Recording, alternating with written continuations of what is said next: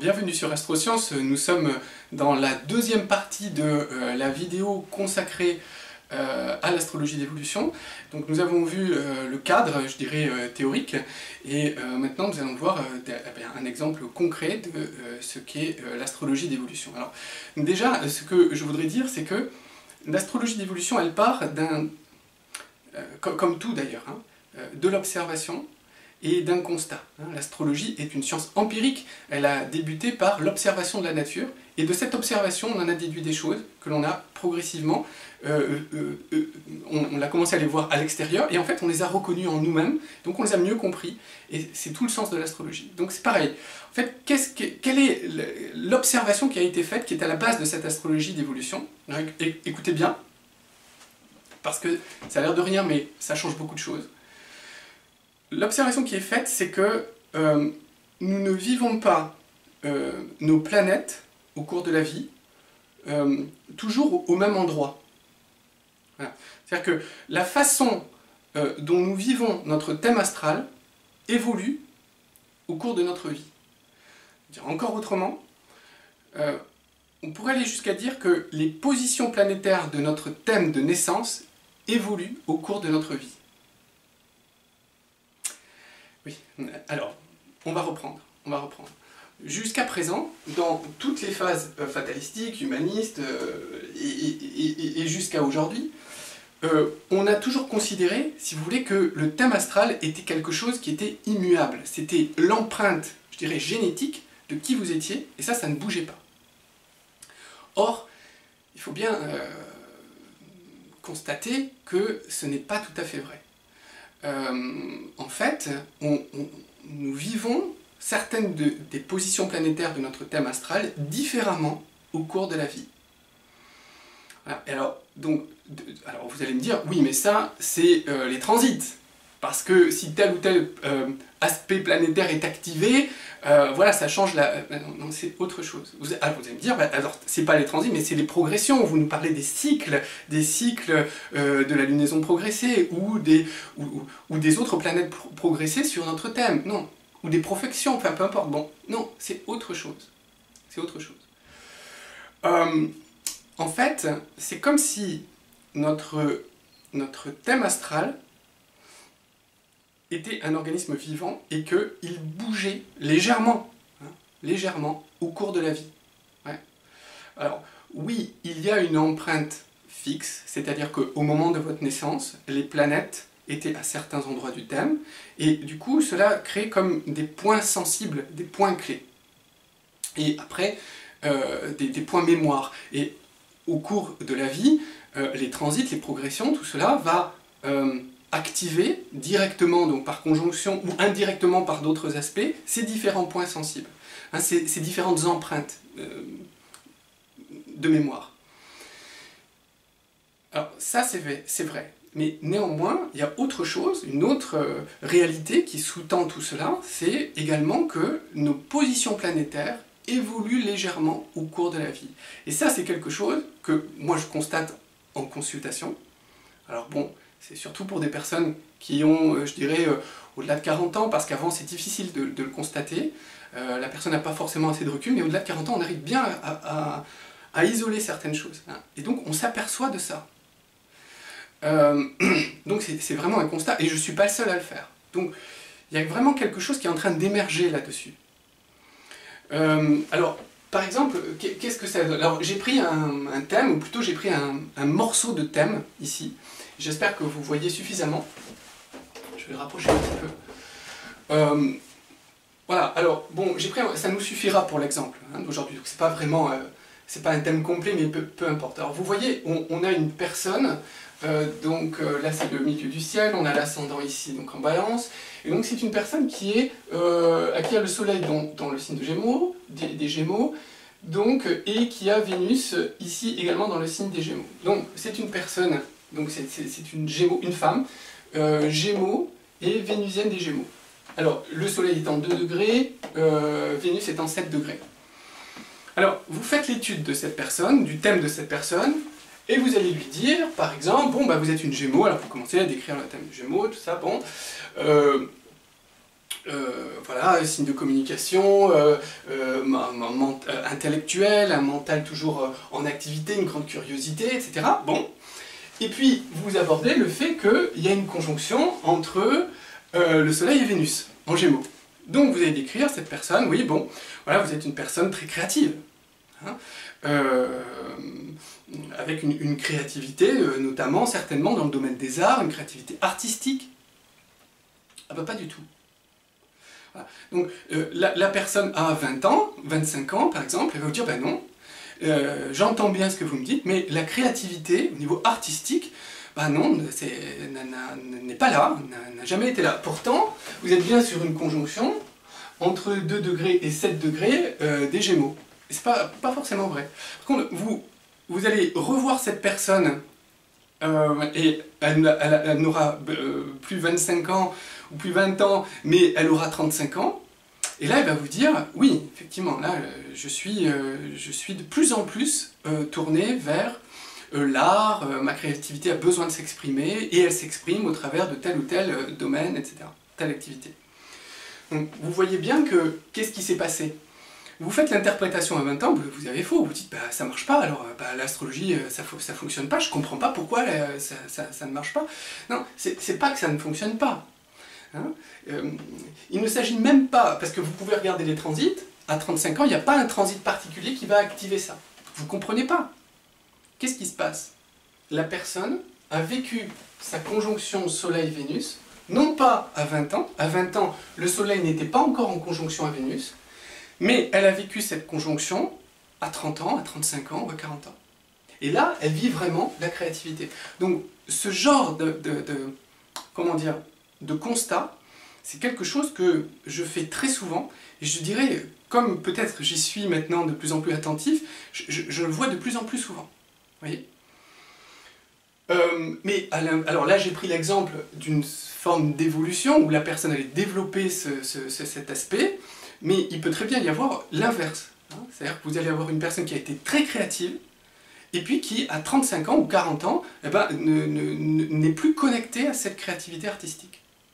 Donc c'est bien la preuve également, si on prend le temps de bien regarder qu'il n'y a pas de transit particulier, pas de progression particulière qui mettent en cause cet aspect, c'est bien la preuve que la conjonction, enfin cet aspect du thème de naissance a été vécu différemment au cours de la vie. Alors, bon, quand on prend conscience de ça, plusieurs reprises, on se dit, bon, ça veut dire que, en gros, hein, notre thème de naissance évolue. Il bouge légèrement, vous voyez, comme une bulle comme ça, qui bougerait, qui ondulerait autour des positions natales. Bon, ça se fait de manière inconsciente, on est bien d'accord. Parce que la personne, elle n'a aucune conscience de pourquoi est-ce qu'elle est créative à 35 ans et pourquoi elle ne l'était pas à 20 ans. Donc, c'est comme toujours, dans ce cas-là, on est capable d'apporter une conscience là-dessus. C'est-à-dire qu'on est capable de prendre une lampe, la lampe de la conscience, et de la braquer dessus et de dire, voilà ce qui s'est passé. Et donc, puisqu'on apporte cette conscience à ce mécanisme qui était jusqu'alors inconscient, on peut se dire qu'il est possible d'en reprendre progressivement le contrôle en apportant toujours de la conscience. Alors, je ne sais pas si vous comprenez les implications de ce que je suis en train de dire, parce que c'est quelque chose qui moi-même, comment dire, je suis toujours émerveillé par ça. Hein, donc, cela veut dire qu'on peut reprendre consciemment, je dirais, le contrôle de l'évolution des positions planétaires de son thème de naissance. Ça change complètement. Donc là on est dans une nouvelle vision de l'astrologie. Pour moi, c'est l'astrologie de demain. Donc qui n'est plus simplement une vision humaniste, hein, mais qui est non pas une vision transhumaniste, ok, j'ai modifié ma génétique, mon thème astral, ma date de naissance, mes planètes. Non, c'est une vision qui respecte le thème astral de départ, mais qui amène de la conscience dessus et qui va être capable, tout en respectant donc la sagesse de l'âme qui a choisi ce moment d'incarnation, de faire évoluer le thème de naissance. Voilà. Donc vous voyez qu'il y a énormément d'implications. Alors, parfois ça pose pas de problème. Bon, alors on n'y touche pas, la créativité est là, madame, vous avez un Soleil conjoint Vénus. La créativité n'a peut-être pas toujours été là dans votre vie, mais vous aviez un billet pour qu'à un moment donné de votre vie, cette créativité explose. C'est le cas aujourd'hui. Eh bien, je dirais, il faut en tirer le meilleur parti, il faut vivre cette expérience à fond. Donc il faut libérer cette créativité, ça pose aucun problème. Parfois, c'est plus délicat. Et là, on est confronté à des choses qui sont justement plus problématiques. Alors par exemple, cette même personne, enfin, en tout cas dans cet exemple, eh bien, on va trouver une lune conjointe à Saturne. Vous voyez? Ici. Alors ça, c'est une conjonction qui est d'ailleurs très intéressante, hein. Très forte aussi. Pourquoi forte? Pourquoi cette conjonction est-elle forte? Parce que nous avons deux planètes déjà. Saturne, Saturne, vous savez, c'est la planète du Capricorne qui doit être ici normalement. Donc ici, elle est donc en exil dans le signe du Cancer, ça vous le savez. Vous savez également que donc une planète en exil, c'est une planète qui reste forte, très puissante. De même, la Lune, ici, elle est dans son domicile, puisque la Lune, c'est la planète du Cancer. Donc on a affaire à une conjonction particulièrement forte ici. Et vous voyez que la Lune et Saturne ne sont pas des planètes qui sont naturellement en accord, hein. La Lune tout en douceur, et Saturne, au contraire, pleine d'une certaine rigueur, beaucoup de sérieux, etc. Bon. Alors, et tout ça dans la maison 10 en plus. Bon, alors ça, c'est forcément quelque chose qui est marquant, hein, dans la vie. Donc déjà, qu'est-ce qu'on peut dire de cette personne? C'est une personne qui est assez douce, hein, puisqu'elle a la Lune en Cancer, donc une personne assez sensible, très réceptive, très à l'écoute d'autrui, avec beaucoup d'empathie, et certainement aussi le besoin oui, effectivement, de prendre soin, de soigner autrui, hein, qui est le sens du signe du Cancer, et c'est effectivement une dame qui est infirmière. Alors, c'est bon, donc on a bien ça. Et on lui dit, vous avez une conjonction très difficile, vous avez eu une enfance difficile, par exemple, vous étiez enfermé chez vous, ben non, pas vraiment, en fait. Hein. Donc on se retrouve dans la même configuration que précédemment. Ben non. Bon. Ça n'a pas été le cas. Une enfance protégée, hein, certainement d'ailleurs par Saturne, assez couvé, mais finalement pas difficile comme on le pensait. Bon, c'est une personne qui travaille à domicile, donc qui est amenée à se déplacer, elle est Gémeaux, elle va chez les gens, elle prend soin d'eux, très bien, sauf que maintenant elle a 40 ans et elle se trouve complètement bloquée. Voilà. Elle a une famille nombreuse, elle est bloquée par des responsabilités qui ont tendance à l'enfermer dans son travail, avec un sens presque de sacrifice, hein, donc la notion de Saturne, un peu fatalité, qui vient et qui lui demande énormément de travail, qui l'épuise tout en l'enfermant. Donc elle a la sensation d'étouffer, cette personne, en fait. Et donc elle a 40 ans maintenant, elle vit cette conjonction. Alors que quand elle avait 20 ans, ça non. Oui, elle était très sérieuse, Lune conjoint Saturne, elle a toujours été sérieuse, on lui a toujours confié des responsabilités, mais elle n'avait pas vécu jusqu'à présent cette notion d'enfermement au foyer, de sensation d'étouffer, des difficultés, y compris dans le couple, etc. etc. Donc à 40 ans, elle vit ça. Alors qu'est-ce qu'on peut lui dire? Si on est astrologue, qu'on est dans l'astrologie humaniste, on va pouvoir lui parler des cycles, où en est le cycle saturnien, où en est son cycle de la lunaison progressée, etc. Mais on peut aussi voir que cette lune, à quoi elle aspire en fait, cette lune? Donc maintenant, comment vous dire? Au moment de la naissance, la Lune était ici en 25 du Cancer. Donc il n'y avait pas encore, oui, il y avait la conjonction, mais elle ne la vivait pas encore véritablement. Alors que maintenant, on peut estimer que la Lune est vraiment venue se positionner pile sur Saturne. Donc c'est comme si le thème avait évolué et que la Lune était maintenant positionnée pile sur Saturne. Vous voyez? Bon, alors, qu'est-ce qu'on peut conseiller à cette personne? Bien, il faut respecter donc le choix de l'âme, de son incarnation. Si l'âme a choisi de s'incarner de cette manière, c'est qu'il y a une raison. C'est que cette personne, pour son évolution, pour l'évolution de son âme au niveau karmique, devait vivre à un moment donné cette conjonction Saturne-Lune, cette épreuve, devait la traverser. Donc, quelque part, on peut lui dire, ben, on est content, parce que c'était prévu à votre naissance, et effectivement, vous vivez bien cet obstacle, cette difficulté que vous devez traverser. Et donc, on sent bien que le sens d'évolution de la Lune qui va plus vite que Saturne, c'est de poursuivre sa route. C'est-à-dire, non pas de rester bloqué sur Saturne, mais de continuer son parcours d'évolution pour justement traverser Saturne. Donc on est bien sur le trans, hein, pour aller au travers d'eux, mais pas sur le transhumanisme, on est sur la transition de la Lune qui doit traverser Saturne pour aller un peu plus loin. Vous voyez? Bon, donc il va falloir aider cette personne à faire progresser sa Lune. C'est ça le sens. Alors, comment est-ce que ça peut se passer? Comment est-ce que ça se passe, en fait, en réalité? Eh bien, déjà, ce qu'il faut, c'est bien comprendre... alors, moi, c'est comme un trajet, si vous voulez, quand on part faire un trajet en voiture, par exemple, on part d'un point A et on va vers un point B. Et entre-temps, eh ben, on va regarder le parcours avec le GPS pour voir quel itinéraire on va emprunter. Donc, la première chose qu'il faut faire, c'est d'écrire la position A. La position A, c'est, vous aviez la Lune en Cancer, ça ne posait pas de problème. Maintenant, vous avez la Lune conjoint Saturne. Donc, il faut que je vous explique ce que c'est. Donc, il y a deux parties. Hein. Donc, pour chacune de ces parties, pour chacun de ces aspects, donc le point A, le point B et le GPS, il faut travailler sur deux choses. Le conscient et le subconscient. Si on travaille que sur le conscient, ça ne marche pas. Si on travaille que sur le subconscient, ça ne marche pas non plus. Donc il faut travailler sur les deux aspects.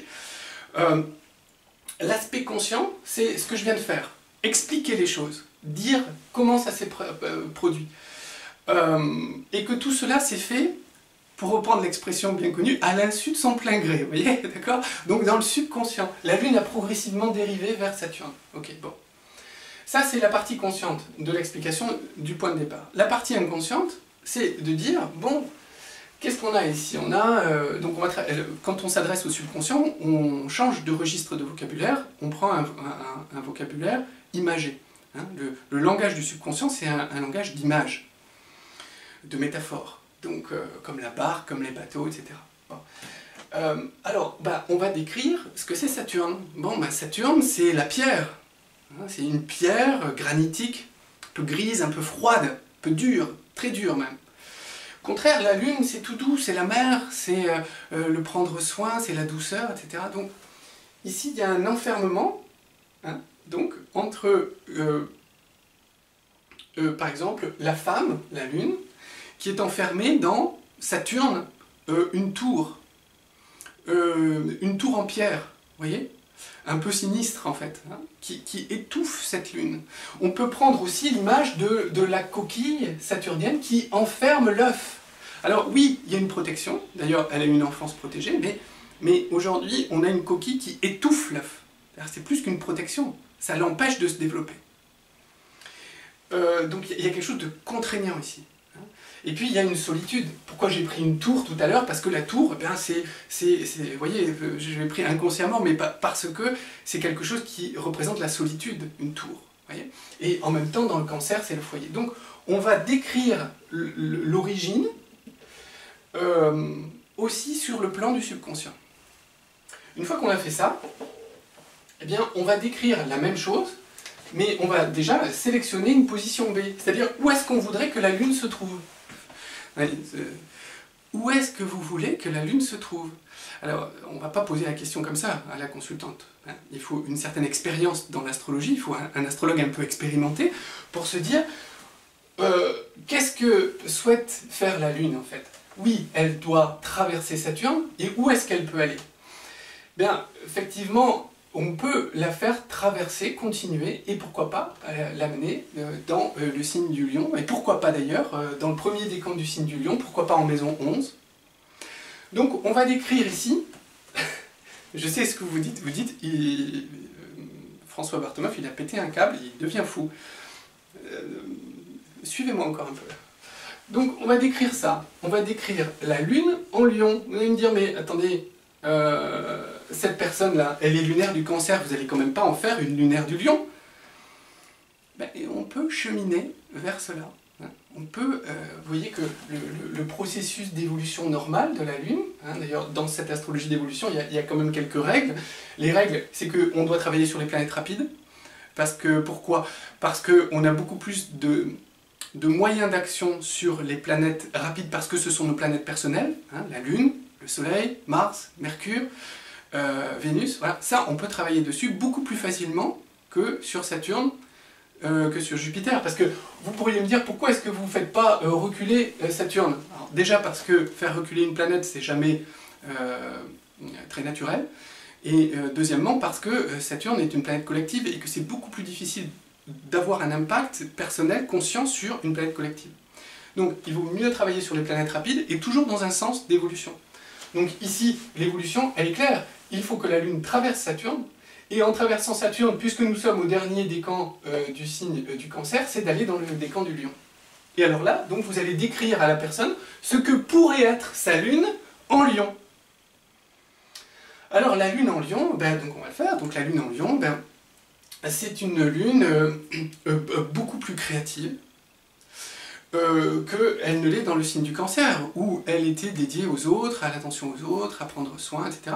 Dans le signe du Lion, c'est une Lune qui a besoin de s'exprimer, d'exprimer une plus grande créativité, le signe du Lion, et puis aussi de le faire avec plus de spontanéité, voire d'humour, voyez, une certaine légèreté, beaucoup plus d'enthousiasme aussi, parce qu'on passe sur un signe de feu.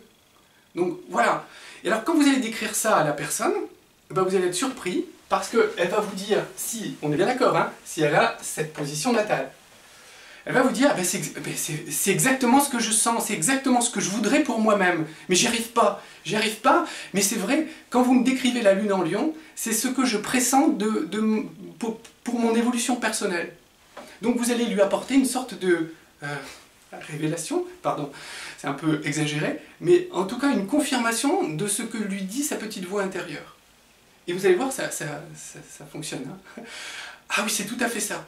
Voilà ce que je voudrais. Voilà. Vous voudriez la Lune en Lion. Et donc, vous voyez, si vous avez la Lune en Lion, il n'y a plus cette problématique de Saturne.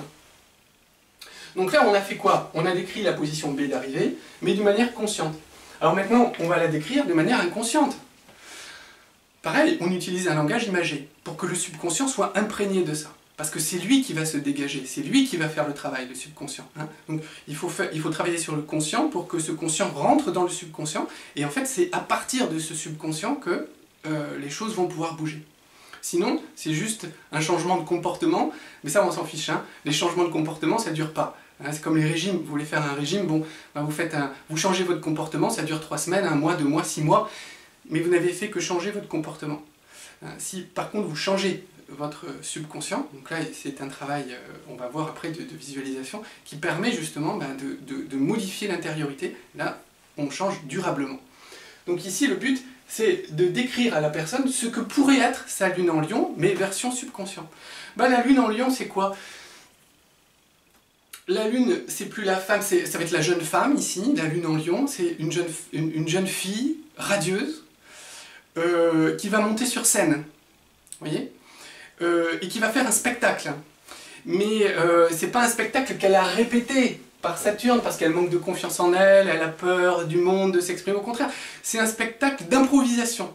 Et même plutôt un spectacle d'improvisation humoristique. Parce qu'il y a beaucoup de créativité dans la Lune en Lion, et dans la Lune en Lion, on trouve aussi la créativité qui est reliée à la notion de jeu. Donc c'est parce que je joue que je suis créative. Et donc, voilà, donc on va prendre cette image. Donc là, maintenant, une fois qu'on a décrit ça, on peut faire le chemin. Donc comment on va faire le chemin? On va reparler donc de Saturne dans la Lune, et voir d'abord comment cette Lune peut dépasser Saturne. Bon, Saturne, la pierre.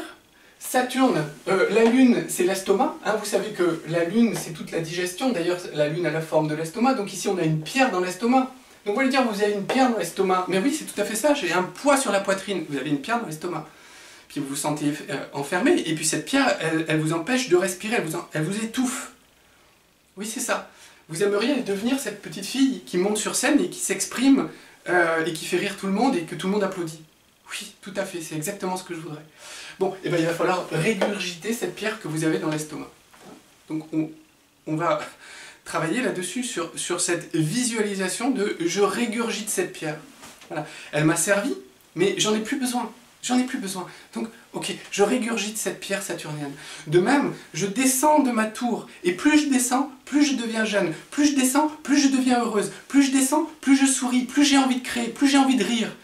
Et je sors de cette tour. Et quand je sors de cette tour, du ciel gris, je vois un ciel qui devient bleu. Et je rentre dans cette lune en lion progressivement parce que je vois qu'il y a une scène, il y a un public qui m'attend. Et on m'attend parce qu'on a envie de partager avec moi quelque chose et j'ai envie de leur donner aussi. Vous voyez ?